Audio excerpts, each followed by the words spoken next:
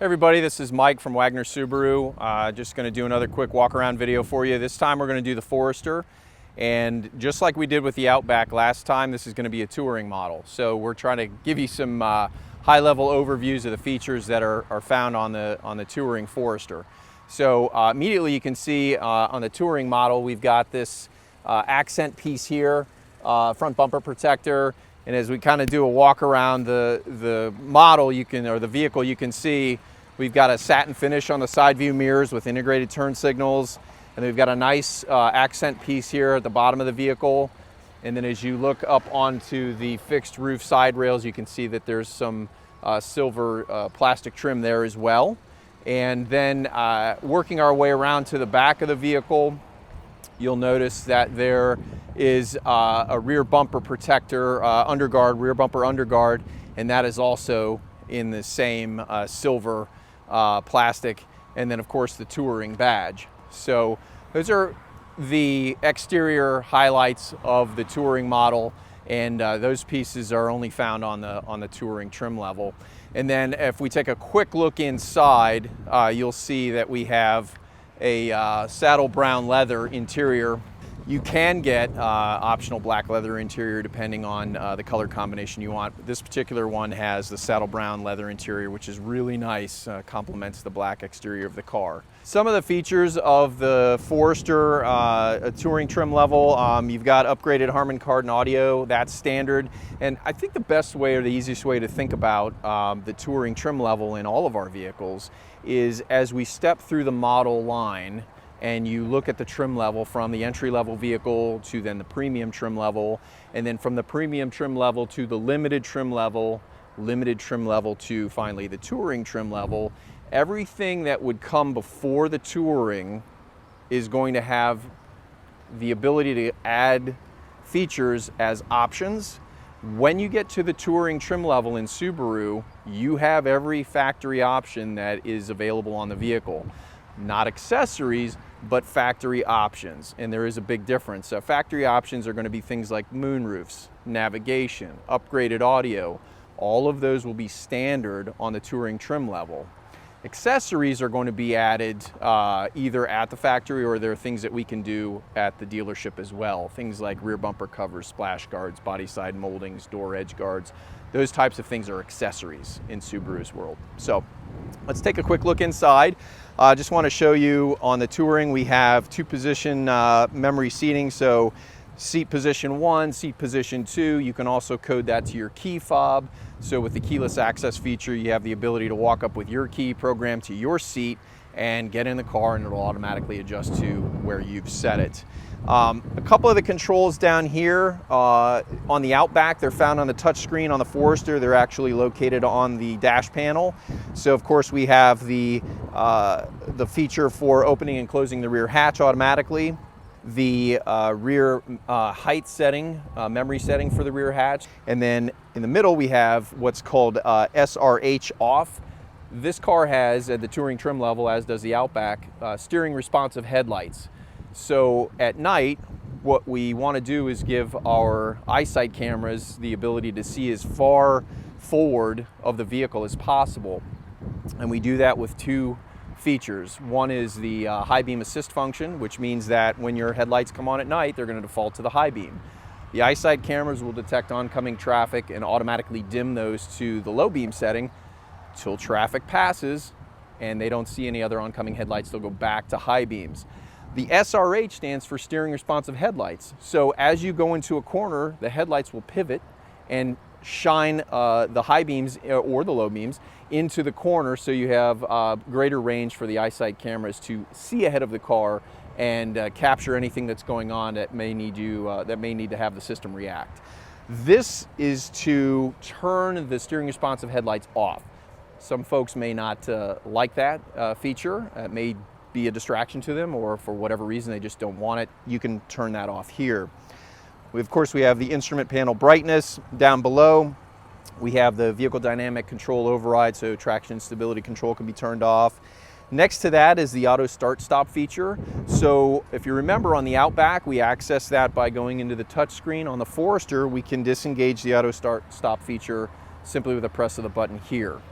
Next to that, we have the ability to turn off the blind spot detection. If for some reason you're in a heavy traffic area, stop and go traffic, construction, etc., and you don't like the distraction of the amber light indicating there's somebody in your blind spot, you can simply turn that off. And then next to that, we have the driver assist feature. You can turn that off as well. The driver assist feature we'll get into in depth in another video, but essentially it is going to use the infrared technology to track your eyes and where your eyes are focused. And if they are not focused on the road ahead and you're distracted, the system will alert you and give you an audible cue to put your eyes back on the road. We'll talk about that in a future video. Another feature that we have on this touring Forester is similar to what's available on the Outback, but we accomplish it in a different way.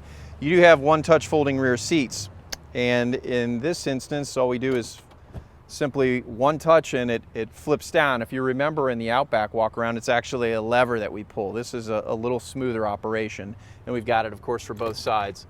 So very quickly, you can transition from having passengers to being able to accommodate cargo. One of the things I also want to show you is I'm going to take the luggage compartment cover out, and I want to show you, if you look, you can see that the seat backs have a plastic protector on them, and that's obviously what we call the rear seat back protector. But it's nice because it takes the cargo tray material, a plastic protector, and extends that protection all the way up to the back of the seats. So if you're going to put something in here, it could be anything, golf clubs, tools, mulch, bags, anything like that. You're going to protect the seat backs from becoming scuffed up or damaged. So very nice feature. And then of course you can see we've got auxiliary power available back here. We have different cargo tie-down points available, and then we have hooks that are in place. These can accommodate grocery bag, plastic grocery bag handles, reusable grocery bag handles, and we're allowed to use those again. And then different cargo nets can attach to those as well. So very versatile, very functional cargo area in the 2020 Forester. Another thing I wanted to mention about the 2020 Forester is that this vehicle was redesigned in 2019, so this is the second year of this generation of Forester.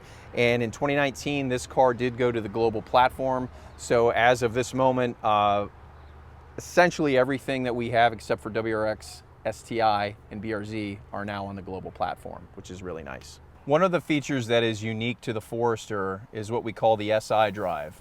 The SI drive will allow you to toggle your performance settings between I for intelligent mode or S for sport mode. And it does a couple of things. For the most part, you're going to have snappier throttle response in sport mode, and it's going to have the CVT hold you in the higher rev range longer. So if you were, we always say if you're driving on a two-lane road and it's planting season or harvest season, we need to get around some farm equipment, we're probably going to want to engage S mode. So as soon as we hit the throttle, the car's going to react and you're going to have the power on tap and be able to get around the farm equipment, get back in your lane safely. If we're cruising on the highway and we're focused on trying to drive our fuel economy number to the best number we can get, you're going to want to be in intelligent mode. It's important to note that intelligent mode is the default. So you're always going to start out in a fuel economy mode and have the ability then to set it to sport and then toggle back and forth on the fly. So I'm going to show you what that looks like real quick. The controls for the SI drive are actually on the steering wheel, and they're right below the adaptive cruise control block. So I for intelligent mode, and that's the default setting, and you can see here we're set to I. If we toggle and hit S, you'll see a nice little graph displaying SI drive, and then our I is now an S. So that indicates we're in sport mode. And then if we want to toggle back, we just hit the I again. We're going to give you a quick introduction to the infotainment system that's found in the Forester, and we're going to talk briefly about Apple CarPlay. We also have the capability to do Android Auto. In this case, though, I've got my iPhone connected with the charging cord, and we'll be showing you what the Apple CarPlay looks like. So what you're looking at right now is the home screen of the infotainment system in the Forester Touring 2020 model, and you'll notice that you have icons for phone, map, My Subaru, media, apps, Starlink, car settings, and Apple CarPlay is actually illuminated. That means we've got an iPhone plugged in with its USB charging cord. We always recommend that you use the OEM charging cord that ships with your iPhone, because those cords are, for the most part, guaranteed to work. An aftermarket cord, we have had situations where they are a bit of a problem, a bit of a challenge to get the system to recognize. So in this case, the Touring does have its own navigation screen, and it's GPS based. We also have the Apple CarPlay. So if we touch that, you can see we're switching over here to a view that's got Apple Maps, and we can put in a destination. We can do that either with keyboard, or we can do it by voice. We've also got several different of the apps that are available, and if we want to route our maps to home, we can do that. You can do Spotify, you can make phone calls, you can do all kinds of things. And Apple CarPlay is certainly a nice feature. Within apps, we have My Subaru. You can access Pandora. Travel Link is a nice feature. That will allow you to search for fuel, and you can sort based on distance, price, brand, whatever you prefer. Once we get back to live sports, you can select leagues and events. You can track your stocks, and you can even get a weather report for what the local weather looks like. And that's all available in the app section under Travel Link. AHA is a Harman Kardon owned web-based, cloud-based tool that you can go out and get access to all kinds of different content on the web and have it streamed and brought right into the vehicle. Just bear in mind that Apple CarPlay, AHA, Pandora, those apps are going to depend on the data from your phone. So you are going to use your data plan to get the information to the car. So make sure you have unlimited data, or you're very aware of how much data you have, so you don't overcharge or get overcharged for using that. And then of course radio, we have AM, FM, satellite. Satellite radio on a brand new Subaru, you get that for 4 months free. That's a standard package, and then of course you can subscribe after that.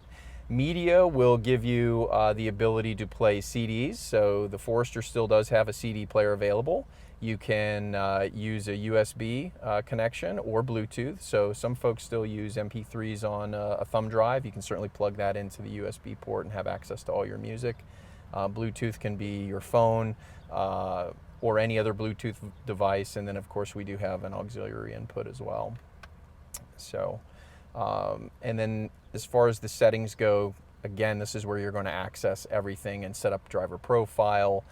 You can custom tailor your EQ and sound position, set up pairing a phone, adding a device, make changes to your navigation. So a lot of nice features here.